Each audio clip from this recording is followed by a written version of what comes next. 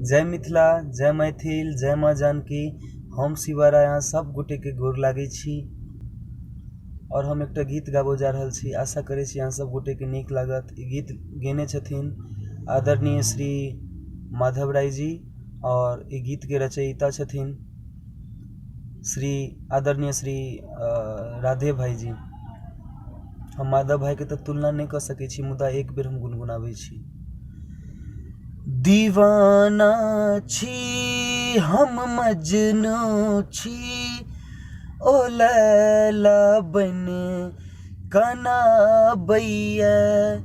दीवाना छी हम मजनू छी, ओ लैला बन कना बैया।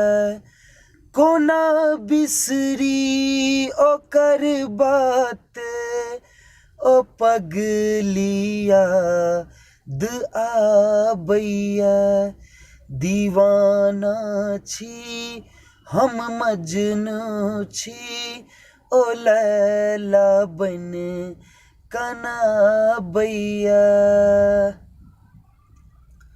हुआ जो नींद कनियो जो, ओ सपना बन के आबैया।